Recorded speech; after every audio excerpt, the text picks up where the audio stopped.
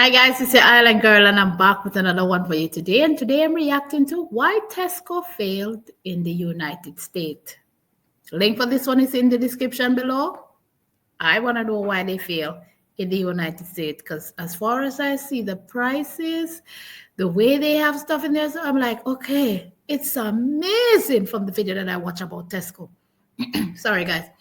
So if you're new here, welcome. Let's get into this video to all my regular schmeglers day one city pie to the boost. Thanks for always being here with your girl. Here goes now. When you think about London, the obvious landmarks come to mind. Big Ben, Buckingham Palace, and the Tower Bridge. Yep. But there is an unofficial staple in the UK that extends well beyond the country. Tesco. Yep. It's the largest retailer in the UK with over 3,400 stores. That's crazy. The brand has been met with success abroad in Europe and Asia, with international operation profits of over $500 million in 2018. There are more than 6,500 stores worldwide, but there is one place that the UK retailer just didn't take off: the United States. Tesco announced its US expansion in 2006, and at the time, Tesco was the third biggest retailer on the planet. But the brand just didn't click with Americans. Tesco left the US in 2013 when it sold off its remaining stores to Yucaipa companies. To understand why Tesco... This is interesting. 7 years they were here and it didn't work out. They're huge in the UK. And but there's, I don't get it. All right, let's see. Tesco failed in the US. Let's go back to the company's start. Tesco got its start in 1919 when Jack Cohen began selling surplus groceries from a stall in London's East End. The first official Tesco store opened 10 years later with the idea of bringing affordable foods to the people of Great Britain. In the 1930s and 1940s, Tesco expanded across London and the suburbs. Tesco went public on the London Stock Exchange in 1947, and in the 1950s, it opened its first supermarket. Starting in the 1990s, Tesco set its sights on global expansion. Tesco had stores in the Czech Republic, Poland, Ireland, Thailand, Malaysia, and India. India, Thailand, Czech Republic. Wow. 1990. That's a long time ago, you know, man. That's crazy. By 2007, Tesco had over 1,300 stores in 12 countries. In that same year, the company invested roughly $500 million to establish operations in the United States. And in November of 2007, Tesco entered the US market. Instead of going by the name Tesco, these stores opened under the name Fresh and Easy. The name was supposed to introduce Americans to what they would expect from shopping at Tesco in America: fresh food at a reasonable price. It also had small store formats to make shopping simpler, and it offered lower prices under its company-owned labels. For Americans, the shopping experience at Tesco was a lot different from what they were used to. Fresh and Easy stores were a fraction of the size of the average American grocery store. They were designed for the kind of consumer who shops daily. There were more ready-to-go meals for consumers than your typical American grocery store. And there were lots of self-service checkouts. The format of typical American grocers are really big compared to Tesco. Wow. See, this American mentality, go big or go home. So it wasn't like your regular Walmart. It took mainly to go. Okay. It's like it's smaller, food ready to go. It's like your everyday shopper. So it's not no big old grocery haul like people here are used to in the US. Tesco's. They're designed for a shopper who shops in bulk and on a weekly basis. That means checkout counters are typically staffed with clerks and baggers, and there are more brand names on shelves. And there isn't nearly as big an emphasis on ready-to-go meals. The designation Fresh and Easy is actually a very good sub-branding. In other words, Fresh and Easy, pretty much sums up the two key attributes that they were selling. Freshness of the product and convenience. Convenience, yeah. The first of Tesco's 53 Fresh and Easy stores all launched in the West, in states like California, Arizona, and Nevada. Okay. So how did Tesco come up with its strategy for the US? They actually embedded with the American consumer before entering the market. Tesco sent executives and anthropologists to live with families in the US to get a sense of how the typical American family spends their money on groceries. And they put a large number of people, maybe 40 people, into California to research the market. Oh, But these people did not research the market intelligently. very intelligently. They understood the culture to a degree. The concept of these fresh and easy stores, these small convenience stores with fresh and easy food, that was something that would work in London with Tesco Express. Oh, so they misunderstood the American market, the persons who came to sort and see what it's all about. They misunderstood because, yeah, American like grab and go, but when it come on to going into a store, it's like they like to get bulk stuff. That's just how they shop. They shop a lot. It's not just, okay, this. Even if they're buying a lot of garbage, it doesn't matter. They're walking out with carts full and they like spacious. And the sales, I don't know, American, it's hard. Sometimes it's hard to explain. But, and they eat a lot of fast food and all of that. But Fresh and Go, you thought it would have taken over. Fresh and ready. But wouldn't work so easily in the LA area. And at Tesco's peak in the United States, it had 208 Fresh and Easy banner stores, and all were in the West. That was actually well below expectations. Tesco initially planned to open 200 stores by the end of 2008, but it ultimately wanted to open 1,000 stores.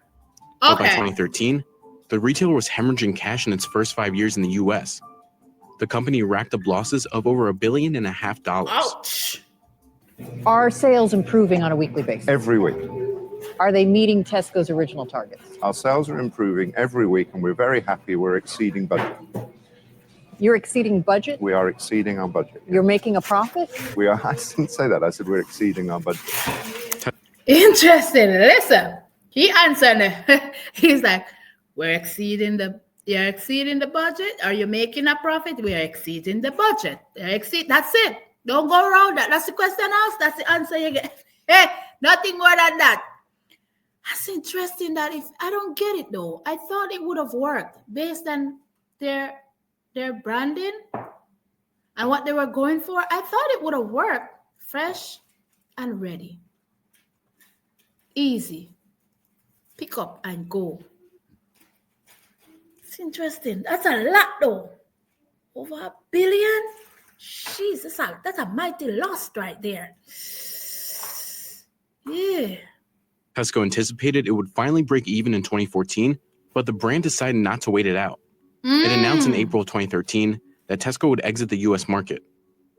What went so wrong with Tesco in the US? When Tesco launched in America, its stores were all located in the West. At the time they decided to enter the US market, they'd just done their research, they had found that per capita spending at supermarkets in the western states where they had targeted was higher than any other region in the country, actually about 15% higher than the national average in 2007. But then the financial crisis of 2008 hit. Like many other companies, Tesco didn't see the Great Recession coming.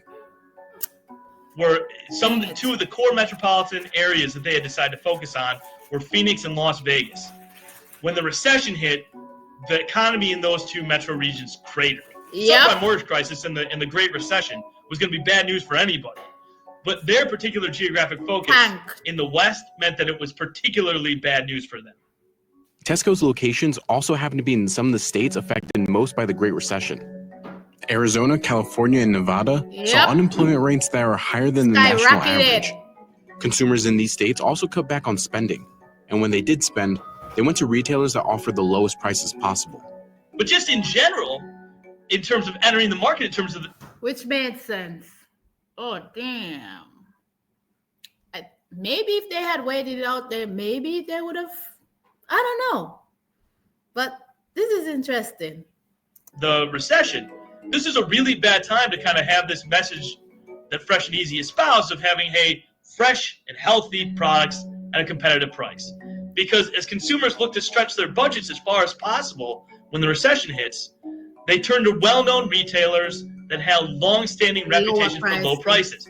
These stores were also in areas where there wasn't much foot traffic. So they ended up acquiring leases on a large number of properties that were basically on the wrong side of the road. In other words, they were on the inbound commuting side of the highway instead of the outbound or going home side of the highway. So you can see immediately that, you know, people are going to go straight by them on the way into work. When you want to go in to get something to eat on the way home from work, they're on the wrong side of the road. Dang. Geography was only part of the problem.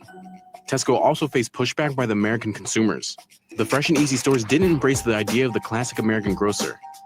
Instead, they embraced Tesco's British style of food shopping. American grocery shoppers tend to gravitate toward larger stores that have everything under one roof. But the Fresh and Easy chains were approximately 1/5 the size of the typical American grocery store. Oh. The reason for the smaller store footprints is because Tesco's typical shopper shops at the store daily. Smaller stores make it easier for shoppers in the UK to grab what they need on a day-to-day basis and go home. Oh. But American consumers tend to grocery shop in bulk on a weekly basis. Yep. Plus, the Fresh and Easy stores also place a substantial focus on ready-to-go meals, which are a big seller in the UK and Europe.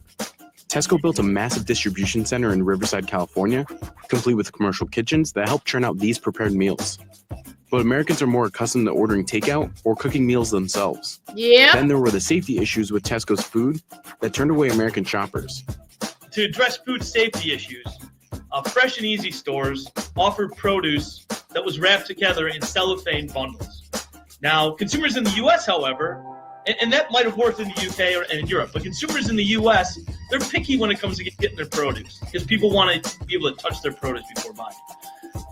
However, because the food was wrapped or the produce was wrapped in cellophane, people weren't able to do that. And additionally, if they wanted, for example, like one item, like one onion or one bell pepper, they were not able to do that. They would have to buy it kind of in wrapped with multiple items. Okay. Now I can see it. Yeah, you guys didn't really think this through at all. Because, yeah, they are typical. They gotta touch them tomatoes. They gotta feel it. There's just something about them and their hands, and doesn't matter if they're squishing it up. That's just how they are. And they just walk in. They don't want one onion, even if it's just for the evening. They don't care for. They'd rather. It's crazy how Americans shop, but that's just how it is here. Tesco's Fresh and Easy chains didn't go after big retailers like Target and Walmart. They tried to target a niche market of consumers. Yeah. But the stores just simply didn't resonate with the American shoppers. Dang. In the end, Tesco pulled out in 2013 at the cost of several $1 billion. It sold off its stores and its distribution and production facilities to Yucaipa companies. Yucaipa acquired more than 150 store locations, while the others were shuttered by Tesco. Tesco also ended up loaning Yucaipa companies $120 million to take over the Fresh and Easy brand. Ooh. But just 2 years later after the sale, Yucaipa began to close down the remaining Fresh and Easy stores, and in 2015, the company filed for bankruptcy. CNBC reached out to Tesco about the company's time in the US, but the company did not respond to any questions. But Tesco isn't the only British supermarket to fail in the US. Sainsbury's exited the US in 2004, and Marks & Spencer's called it quits in 2006. So Tesco's ill-fated attempt to break into the US wasn't totally unprecedented, but it did turn out to be one of the biggest failures yet, and resulted in major losses for the UK retailer. Wow. I had no clue that Tesco came to the US. If I didn't see this, it just popped up on my radar. I'm like, okay, let's see what this is all about. I had no clue that was the case. That is interesting. At Sainsbury, I did not know that. Interesting. But look, them researchers who came and lived didn't do their research right at all. And then, the recession hits. Everything plummet right there because people were trying to hold back, save as much as they can. Not to mention, you put it in a era where there's less foot traffic. Yeah, that's a no-no right there. So then again, you go again and you just start them in one specific region. Yeah, instead of spreading it. Yeah, Interesting video. Like I said, I did not know Tesco came to the US to begin with, but I just love watching videos about the Tesco, their prices, and I'm like, but their prices are cheap. So I'm assuming that their prices were cheap here, and I'm telling people they were more comfortable going to cheaper. I don't, because they weren't competing, they were doing their own thing. You understand me? But I'm like, yeah. And then everything wrap up and people can't able to touch. Americans are weird when it comes to shopping still, and they'd rather go to a fast food joint than even walk into. And he said something about, oh, people like their stuff healthy. Were you saying that Tesco stuff? Because I kind of snark at that. I'm like, really? Seriously? But American who live in fast food joints, are you serious? You're talking about... that's crazy. It's your island girl, and I'm running out of here. Be good, be kind, be safe out there. Love you guys, and I'll definitely catch it. Guys, this one was like, yeah, didn't see that coming. Hit the like, hit the subscribe, hit the share, and I'll catch you guys in another video. Bye.